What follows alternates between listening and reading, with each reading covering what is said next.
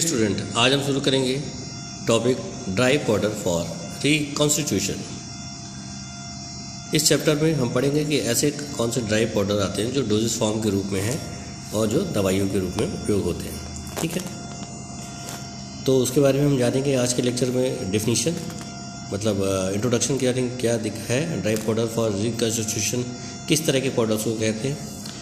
Characteristics of suspension for reconstitution, उसकी property के बारे में जानेंगे कि सस्पेंशन जो बनाया जाता है, ड्राई पाउडर जो सस्पेंशन के फॉर्म में बाद में बनता है, तो उसको प्रॉपर्टी क्या क्या होती है। नेक्स्ट उसके बाद हम पढ़ेंगे कि उसमें जो ये ड्राई पाउडर है जो बन रहा है रिकॉन्स्टिट्यूशन के लिए, उसमें कौन कौन से इंग्रेडिएंट डाले जाएंगे। ठीक है, इसके अलावा हम पढ़ेंगे किस तरह के ड्राई मिक्सर बनाए जाते हैं और उनकी स्टेबिलिटी के बारे में पढ़ेंगे, और लास्ट में निष्कर्ष क्या निकलता है उसमें, इसके बारे में पढ़ते हैं। दोस्तों पहले देखते हैं डेफिनीशन क्या है। ऐसे पाउडर की ये डेफिनीशन है जो रिकॉन्स्टिट्यूशन के लिए उपयोग में लाया जाता है। ठीक है, उसकी डेफिनीशन है ये। तो dry powders for oral suspension are powder mixture that require the addition of water reconstitution at the time of dispensing and are mostly for paediatric use. These are called dry syrup और reconstitutable oral suspension. यहाँ पर dry powder जो reconstitution के लिए है वो सामान्यतः oral suspension के लिए उपयोग किया जाता है। ठीक है, तो यहाँ पे इसीलिए लिखा हुआ है dry powder for oral suspension. ठीक है, तो ओरल सस्पेंशन जैसे कि ड्राई पाउडर पहले जो मार्केट में हम जाते हैं, जब भी कोई भी एंटीबायोटिक्स है, बच्चों की दवाइयाँ स्पेशली देखते हैं, तो उसमें क्या होता है कि वो पाउडर फॉर्म में रहता है, बाद में उसमें पानी मिला के फिर बच्चों को सेवन कराया जाता है। ऐसा मार्केट प्रोडक्ट में है। जैसे एमॉक्सिसिलिन क्लेवनेट की आती है, ठीक है, क्लेवम आता है ड्राई सिरप के रूप में, एमॉक्सिसिलिन आती है, पेनिसिलिन आती है, डाइक्लोक्सासिलिन आती है। बहुत सारी दवाइयाँ हैं जो मार्केट में जो पाउडर के फॉर्म में होती हैं, उनके साथ एक पानी अलग से देता है कंपनी, कभी कभी वाटर फॉर इंजेक्शन, या फिर अलग से हम पानी उबाल के फिर उसको उसमें डालते हैं ड्राई सिरप में, और शीशी में एक पर्टिकुलर मार्क तक बना लेते हैं।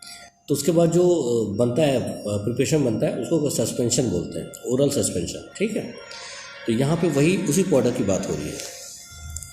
तो dry powder for oral suspension ये एक तरह का ऐसा पाउडर मिक्सचर होता है जिसमें वाटर की आवश्यकता पड़ती है, वाटर डाला जाता है अलग से ताकि एक प्रिपरेशन बन जाए, और फिर उसके जब सेवन करे मरीज तो उसे ले सके। और ये समानतः पेडियाट्रिक यूज़ के लिए लिखा हुआ है ना, are mostly for paediatric use, बच्चों के लिए समानतः इस तरह के सिरप का उपयोग किया जाता है। ठीक है, इसको ड्राई सिरप के रूप में भी जाना जाता है। जो dry powder for oral suspension है, ये एक तो ये टॉपिक हो गया हमारा आज का। इसके अलावा इसको ड्राई सिरप के रूप में भी जाना जाता है। ठीक है, तो these are called dry syrup और रिकॉन्स्टिट्यूटिबल ओरल सस्पेंशन, इस तरह के नाम से इसे जानते हैं। ठीक है, क्लियर हो गया कि इस तरह के सिरप क्या होते हैं, पाउडर फॉर्म में आते हैं और इनको बाद में वाटर डाल के एक सस्पेंशन बना लिया जाता है। ठीक है, जिसे ओरल सस्पेंशन कहते हैं, या dry powder for oral suspension कहते हैं, या ड्राई सिरप के नाम से भी जानते हैं, या फिर अलग और ज़्यादा टेक्निकल टर्म में रिकॉन्स्टिट्यूटिबल ओरल सस्पेंशन के रूप में इसे जाना जाता है। आगे देखते हैं रेशनल या ऑब्जेक्टिव्स, मतलब उसके उद्देश्य क्या हैं, क्यों बनाया जाता है। क्योंकि बहुत सी ऐसी दवाइयाँ हैं, हम पढ़ लेते हैं पहले। इनएडिक्वेट chemical stability of the drug in the aqueous vacuum. ठीक है, यहाँ पर पहला केस है कि बहुत सी ऐसी दवाइयाँ होती हैं जो अगर एक्वस वैक्यूम में रखी जाएँ, पहले से ही रख के बहुत लंबे समय तक रखी जाए, तो ख़राब हो सकती है। उनकी जो रासायनिक जो स्थिरता है दवाई की, वो ख़राब हो सकती है, इसलिए इसकी ज़रूरत पड़ती है। दूसरा देखते हैं, avoid the physical stability problem like viscosity change, conversion of polymorphic form, incompatibility, crystal growth, caking इत्यादि। तो फिजिकल भौतिक स्थिरता भी प्रभावित होती है। बहुत सी ऐसी दवाइयाँ होती हैं जिनमें विस्कोसिटी वाली प्रॉब्लम हो सकती है, चेंज हो जाती है विस्कोसिटी, गाढ़ा से थोड़ा पतला हो जाता है अगर पानी के साथ रखा जाए, वैक्यूम में रखा जाए, या फिर पॉलीमरिक फॉर्म से हो जाता है, उनका चेंज होता है, क्रिस्टल ग्रोथ होने लगते हैं, केकिंग बनने लगता है, इनकम्पेटिबिलिटी होती है आपस में, दो दवाइयाँ होती हैं अलग और दवाइयाँ आपस में सामंजस्यता नहीं बैठ पाती है। तो इस तरह की भौतिक स्थिरता में प्रॉब्लम आ जाती है जब ये एक्वस प्रिपरेशन के रूप में अगर यूज़ की जाती हैं ऐसी तरह की दवाइयाँ। इसीलिए इनको ड्राई पाउडर के फॉर्म में ही सीधे मार्केट में उतार दिया जाता है। बाद में जब सेवन करते समय ही इसे एक्वस प्रिपरेशन बनाना जाता है और यह 3 से 5 दिन के अंदर ही इसे इसका सेवन कर लेना चाहिए रहता है। ऐसा उस पर लेबल पे भी लिखा रहता है कि जैसे ही आप मिश्रण बना लें उसको 3 से 5 दिन के अंदर ही उपयोग करें, ठीक है। नहीं तो ये ख़राब हो जाएंगे अगर इससे ज़्यादा समय पीरियड के पास रहेंगे। तो मार्केट से, इंडस्ट्री से मार्केट में आने में टाइम लगता है, इस वजह से इसे ड्राई पाउडर के रूप में ही पैक करके भेज दिया जाता है, ठीक है। और उसके साथ अलग से भी वाटर देती है कंपनी, कभी कभी वाटर फॉर इंजेक्शन अलग से देती है, या फिर घर में पानी उबाल के इसमें डालने की सलाह दी जाती है, ऐसा लेवल में भी मेंशन रहता है। इसके बाद देखते हैं नेक्स्ट है reduce the weight of final product. और क्या उद्देश्य होता है, जो फाइनल प्रोडक्ट होता है उसका वेट कम हो जाता है। अगर एक्वस प्रिपरेशन में रहेगी तो ये वेट थोड़ा भारी हो जाएगा, अगर पाउडर फॉर्म में थोड़ा हल्का हो जाएगा, इस वजह से भी इसे इस फॉर्म में रखा जाता है, ठीक है। ये एडवांटेज के रूप में भी हम लिख सकते हैं इसको। Shift without regard to seasonal temperature. और इसके अलावा टेम्परेचर चेंज में, जो टेम्परेचर सीजनल मौसम भी चेंज होता है तापमान में, उससे भी दवाई प्रभावित नहीं होती है अगर ड्राई पाउडर के फॉर्म में रहती है, ठीक है। एक्वस में रहती है तो उसमें चेंज आने की संभावना रहती है, तो इस वजह से ये आसानी से इंपोर्ट हो जाती है, एक्सपोर्ट हो जाती है, जो भी जहाँ भी आता है ट्रांसपोर्ट हो जाता है, मतलब एक जगह दूसरी जगह पहुँचाई जा सकती है बिना मौसम में जो तापमान में परिवर्तन होता है उसकी चिंता किए बिना, ठीक है। उसका कोई प्रभाव दिक्कत नहीं होता है। तो इस वजह से ये ड्राई पाउडर के रूप में उपयोग किए जाते हैं। अब कैरेक्टरिस्टिक देखते हैं जो सस्पेंशन रिकंस्टिट्यूशन के लिए उपयोग किए जाते हैं, मतलब जो ऐसा पाउडर जो कि वाटर में मिला के उपयोग किए जाते हैं, ओरल सस्पेंशन माउथ के द्वारा सेवन किया जाता है। ठीक है, इसमें लिखा हुआ है पहला, powder blend must be uniform mixture of the appropriate concentration of each ingredient. ठीक है, पाउडर को अच्छे से मिलाया जाता है, एक समान मिक्सचर बना लिया जाता है ताकि जो जो इंग्रेडिएंट है उनकी कंसंट्रेशन एक जैसी हो जाए, उपयुक्त कंसंट्रेशन हो जाए। ठीक है, दूसरा पॉइंट देखते हैं, during reconstitution the powder blend must be disperse quickly and completely in aqueous vehicle.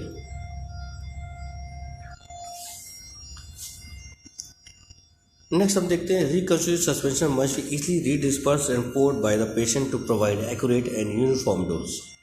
ठीक है, यहाँ पे क्या है, ये दूसरा वाला टॉपिक हम लोग पढ़ रहे थे, during reconstitution the powder blend must be disperse quickly and completely in the aqueous vehicle. ठीक है, यहाँ बता रहे हैं कि जब भी ड्राई पाउडर को पानी में मिलाया जाता है तो ये आसानी से डिस्पर्स हो जाए, आसानी से फैल जाए और पूरी तरह से जो एक्वस वेहिकल है, जितनी भी एक्वस वेहिकल, जितना भी वाटर यूज किया जा रहा है, जितना भी वेहिकल यूज किया जा रहा है उस पर वो पूरी तरह से वितरित हो जाए। ऐसा उनको होना चाहिए, ऐसे पाउडर का मिक्सचर ऐसा होना चाहिए कि पूरी तरह से अच्छे से वितरित हो जाए।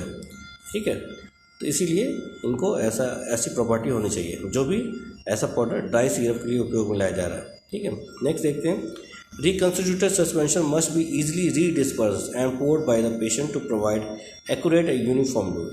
ठीक है, इस तरह जो सस्पेंशन बनाया जाता है उसको आसानी से ये रीडिस्पर्स हो जाना चाहिए, और जब भी पेशेंट इसको सेवन करे तो एक्यूरेट डोज, एक्यूरेट और एक समान डोज, एक्यूरेट मतलब एकदम सटीक और एक समान डोज ही पेशेंट को सेवन करने के लिए उपलब्ध हो।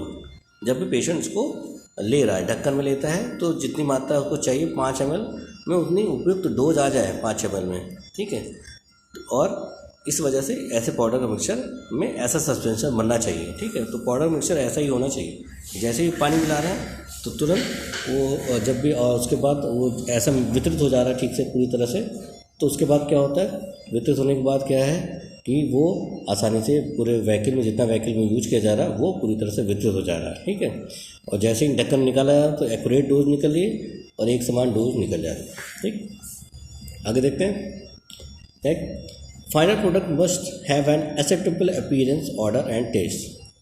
जो फाइनल प्रोडक्ट बनता है रिकंस्टिट्यूशन के बाद वो एक्सेप्टेबल हो, मतलब देखने में सही लगे, उसकी स्मेल ना आती रहे, टेस्ट में भी अच्छा लगे। ठीक है, तो यहाँ पे जो पाउडर रिकंस्टिट्यूशन के लिए उपयोग किया जा रहा है वो सेवन के लिए उपयुक्त होना चाहिए, देखने में ठीक लगना चाहिए, देखने में अच्छा लगना चाहिए, आकर्षक लगना चाहिए, और उसकी स्मेल नहीं आना चाहिए, और टेस्ट भी अच्छा होना चाहिए। ठीक है, आगे देखते हैं next slide, commonly use ingredient. ऐसे पाउडर के मिक्सचर में कौन कौन से इंग्रेडिएंट मिलाए जाते हैं उसके बारे में हम पढ़ें। ठीक है, तो यहाँ पे देखिए पहले सस्पेंडिंग एजेंट। सस्पेंडिंग एजेंट क्या होता है, ऐसे एजेंट जो वेहिकल में जो पदार्थ दवा है उसको वितरित करने के लिए उसकी हेल्प करें दवाई की। ठीक है, तो ऐसे एजेंट उसमें पाउडर के मिक्सचर में डाले जाते हैं। जैसे कौन कौन से एग्जाम्पल के रूप में देखते हैं, सोडियम कार्बोक्सी मिथाइल सेलुलोज, ठीक है, और एक मिथाइल सेलुलोज भी अकेला भी यूज होता है और सोडियम कार्बोक्सी मिथाइल सेलुलोज के साथ भी यूज होता है, ठीक है। तो 2 एग्जाम्पल इसके बन जा रहे हैं। दूसरा देखें वेटिंग एजेंट। वेटिंग एजेंट ऐसे एजेंट होते हैं जो कि लिक्विड की जो सरफेस टेंशन है उसको कम कर देते हैं। तो उससे क्या होता है कि लिक्विड ज़्यादा गीला कर पाता है जो सॉलिड पार्टिकल होता है, दवा का पार्टिकल होता है, ठीक है। तो इसके लिए एग्जाम्पल के रूप में क्या है, पॉलीसॉर्बेट 40 और पॉलीसॉर्बेट 80, ये केमिकल के कंपाउंड के नाम हैं जो मिलाए जाते हैं एक्वल जो ड्राई सिरप का पाउडर होता है उसमें, ठीक है। फ्लोकुलेटिंग एजेंट भी डाले जाते हैं, जैसे सिल्का है, बेंटोनाइट है। फ्लोकुलेटिंग फ्लोक्यूल्स बनाने के लिए, ठीक है, मतलब लिक्विड जो लिक्विड का पार्टिकल्स होते हैं उसके ऐसे फ्लोक्यूल्स फ्लॉक्स बनाने के लिए कि वो अपने उसके जो पार्टिकल्स होते हैं वो अच्छे से पूरी तरह से जो वो है दवा के कण है उसको चारों तरफ से अच्छे से घेर लें, ठीक है, अच्छे से फ्लोक्यूल्स बना लें। तो इसके लिए ही डाला जाता है, ठीक है। जैसे सिल्का है, बेंटोनाइट है, ये इसके एग्जाम्पल हो गया। और इस तरह के एजेंट क्या हेल्प करते हैं, ये इस तरह के एजेंट हेल्प करते हैं, ये भी सरफेस टेंशन को घटाते हैं लिक्विड की, जिससे लिक्विड जो पार्टिकल्स है वो अच्छे से जो पूरी तरह अच्छे से वितरित हो जाए, डिस्पर्स हो जाए, ठीक है। एंटी केकिंग एजेंट इस तरह के एजेंट होते हैं जो कि केक नहीं बनने देते हैं। एग्जाम्पल में देखिए कैल्शियम सिलिकेट, मैग्नीशियम सिलिकेट, ये एग्जाम्पल इसका। दूसरा स्वीटनर, उसको मीठा करने के लिए प्रिपरेशन, बहुत कड़वा ना हो, बहुत सारे ऐसे कसैला ना हो, तो उसके लिए सुक्रोज डाला जाता है, डेक्सट्रोज डाला जाता है, और भी कोई स्वीटनिंग एजेंट है उपयुक्त वो भी डाला जा सकता है। दूसरा प्रिजर्वेटिव क्यों डाला जाता है कि ताकि माइक्रोब्स का अटैक ना होने पाए उस प्रिपरेशन में, माइक्रोब्स होते हैं तो वो प्रिपरेशन में अटैक ना कर पाए, इसके लिए सोडियम बेंजोएट भी डाला जाता है, मिथाइल पैराबेन भी डाला जाता है। और अगर सुक्रोज की मात्रा ज़्यादा होती है तो फिर ये प्रिजर्वेटिव नहीं डाला जाता, सुक्रोज ही पर्टिकुलर उपयुक्त होता है। अगर ज़्यादा हाई कंसनट्रेशन में होता है तो वो भी प्रिजर्वेटिव के रूप में काम करता है, ठीक है। इसके अलावा सोडियम बेंजोएट, मिथाइल पैराबेन वगैरह भी डाले जाते हैं।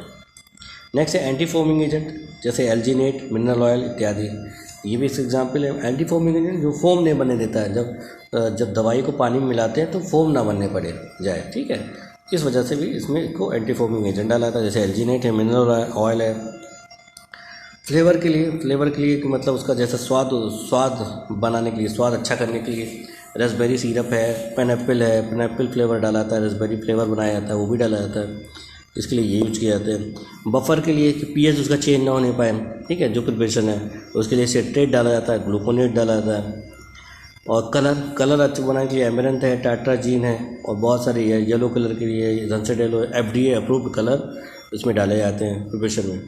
एंटीऑक्सीडेंट है, उस प्रिपरेशन में ऑक्सीडेशन प्रक्रिया ना होने पाए इसलिए एंटीऑक्सीडेंट डाले जाते हैं, जैसे कि एस्कॉर्बिक एसिड है, ब्यूटाइलाइटेड हाइड्रोक्सीटोल्यूमिन, ये 2 कंपाउंड है BHT के रूप में आ जाता है जो एंटीऑक्सीडेंट के रूप में काम करते हैं। इस तरह और भी एंटीऑक्सीडेंट हैं, या 2 एग्जाम्पल हमें याद करने के लिए लिखा है, ठीक है।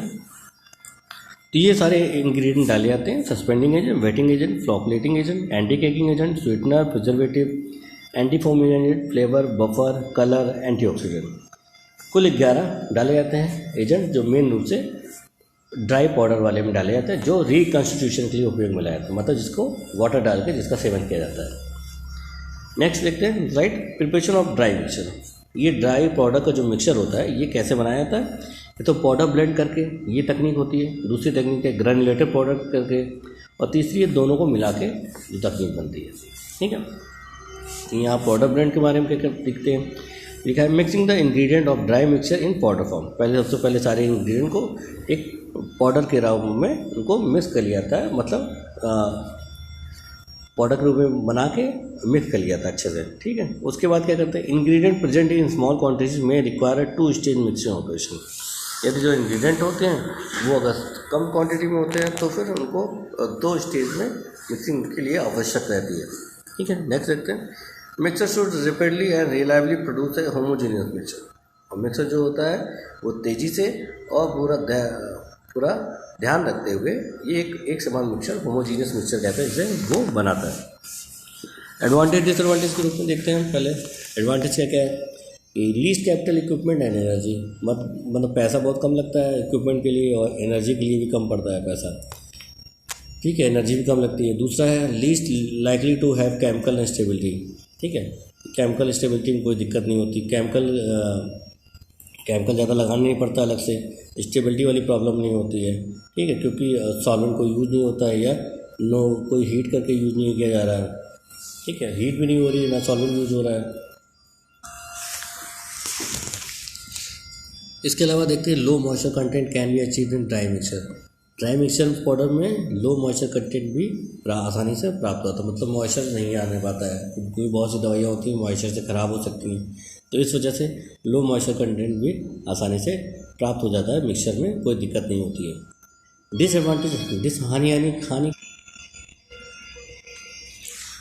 डिसएडवांटेज क्या क्या हानि हो सकती है इस तरह के मेथड को अपनाने में। पहला है कि होमोजेनिटी प्रॉब्लम होती है, होमोजीनियस मिक्सचर नहीं बन पाता है। दूसरा प्रॉब्लम क्या होता है, particle size and powder flow, ये दिक्कत करता है, मतलब पार्टिकल के आकार में दिक्कत हो सकता है। पाउडर का जो फ्लो है, फ्लो प्रॉपर्टी जो बहने वाला सकता है, मतलब इधर से उधर आसानी से फ्लो वाला होता है, तो वो नहीं खराब, वो दिक्कत हो जाता है, मतलब पाउडर फ्लो अच्छे से नहीं करता है, ठीक है। Loss of active ingredient during mixture, जो एक्टिव इंग्रेडिएंट होता है मिक्सिंग के समय क्या हो सकता है, हाँ उसकी हानि हो सकती है, वो ख़राब हो सकता है या उसका लॉस हो सकता है, ठीक है। जितना डाला गया, जितने mg के चाहिए उतना mg उसमें नहीं मिल पा रहा है ठीक से। उसके अलावा potent drug use in very low concentration, और ये भी ध्यान रखना पड़ता है कि बहुत सी जो शक्तिशाली दवाइयाँ होती हैं वो बहुत कम कंसंट्रेशन में उपयोग में लाई जाती हैं, तो इस तरह के मिक्सचर उसमें बनाने में दिक्कत होती है, ठीक है। अलग से उसमें डायलुएंट वगैरह डालने पड़ते हैं जो उसकी प्रॉपर्टी को, जो उसके बल को बढ़ा दें, ठीक है। डायलुएंट तो हमने पढ़ा ही था, जैसे कि डायलुएंट जैसे कि सुक्रोज डायलुएंट, डेक्सट्रोज भी डायलुएंट के रूप में यूज सकता है, सुक्रोज भी यूज हो सकता है, ठीक है। तो ये सब डिसएडवांटेज इसमें पाई जाती है इस मेथड में, जो हमें पाउडर ब्लेंड वाला मेथड पढ़ रहे थे उसमें, ठीक है। नेक्स्ट दूसरा मेथड है ग्रैनुलेटेड प्रोडक्ट वाला मेथड। इसको देखते हैं हम लोग।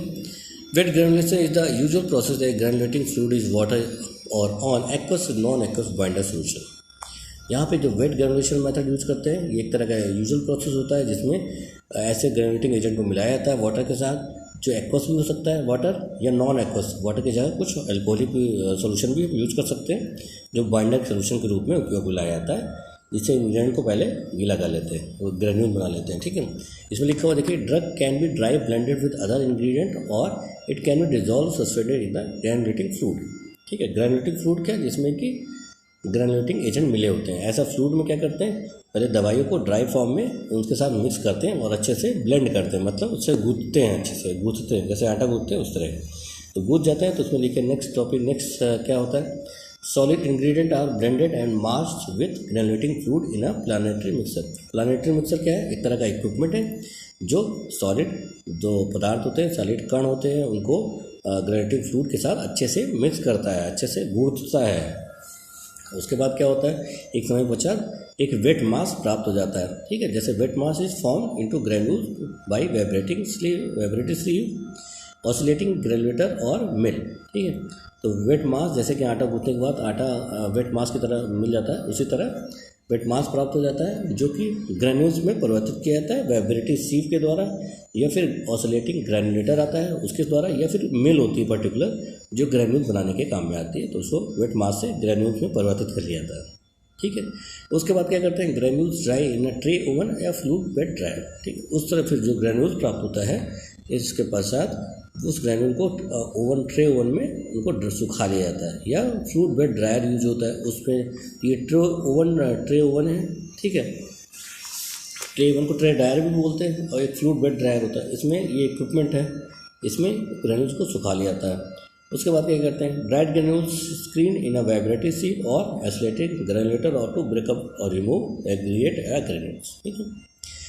तो उसके बाद जो सूख जाते हैं कण, उनको फिर से दोबारा वाइब्रेटिव सीव के द्वारा, ऑसिलेटिंग ग्रैनुलेटर के द्वारा इनको फिर एक समान वाले ग्रैन्यूल्स इकट्ठा कर लिए जाते हैं, और उससे क्या होता है, जो चिपके हुए कण होते हैं वो भी इस प्रोसेस में अलग हो जाते हैं, एग्रीगेट्स होते हैं, ठीक है। जो मिले हुए कण होते हैं वो भी अलग हो जाते हैं, ठीक। एडवांटेज उससे देखते हैं क्या एडवांटेज है। पहला एडवांटेज है इम्प्रूव एफिडेंस, देखने में अच्छा लगता है। दूसरा पॉइंट, इम्प्रूव फ्लो करेक्टरिस्टिक, इनकी फ्लो प्रॉपर्टी अच्छी बन जाती है क्योंकि एक ही समान के ग्रैन्यूल्स होते हैं।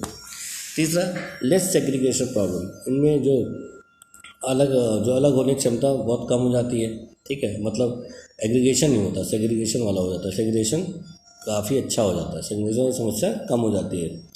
Less generation of dust during filling operation, filling operation करते समय जो डस्ट उत्पन्न होती है बहुत ही कम हो जाती है, क्योंकि ग्रेन्यूल्स के फॉर्म में रहते हैं, पार्टिकल के फॉर्म में नहीं रहते हैं, भारी हो जाता है थोड़ा।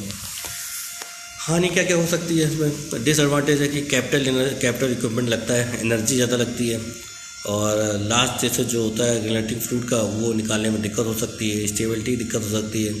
यूनिफॉर्म ग्रेनुलेशन जो होता है वो भी बहुत आवश्यक होता है, लेकिन कभी कभी पार्टिकल बहुत ज़्यादा मात्रा में आ जाते हैं, फाइन हो जाते हैं, तो इससे क्या होता है रैपिड सेग्रीगेशन होता है, अलगाव की समस्या हो जाती है, सब बिखर जाते हैं जल्दी से, ग्रेन्यूल्स फॉर्म में रहते हैं लेकिन फिर टूट जाते हैं छोटे छोटे पार्टिकल को। तो इस तरह की हानियाँ होती हैं इस मेथड के द्वारा। दूसरा कंबाइन दोनों तरह के मेथड को प्रयोग करते हैं जब इसमें क्या करते हैं less energy and equipment for granulation may be required if majority of the diluent can be added after granulation.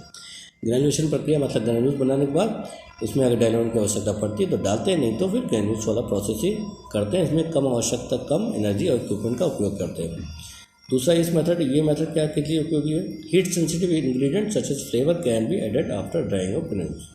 जो ताप संवेदनशील प्रोडक्ट होते हैं उनको फ्लेवर के रूप में परिवर्तित कर लिया जाता है, जैसे ग्रेन्यूल्स को ड्राई करने के काम में आते हैं।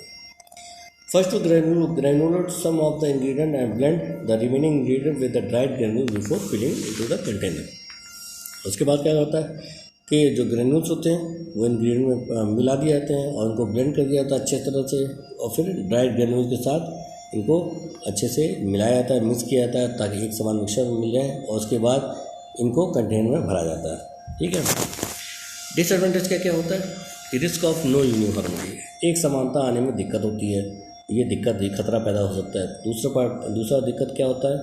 Particle size of various fraction should be carefully control. Particle size होते हैं जो हर प्रकार के फ्रैक्शन के होते हैं उनको सावधानीपूर्वक कंट्रोल नियंत्रित करना आवश्यक हो जाता है, वरना अलग अलग साइज के पार्टिकल प्राप्त हो सकते हैं।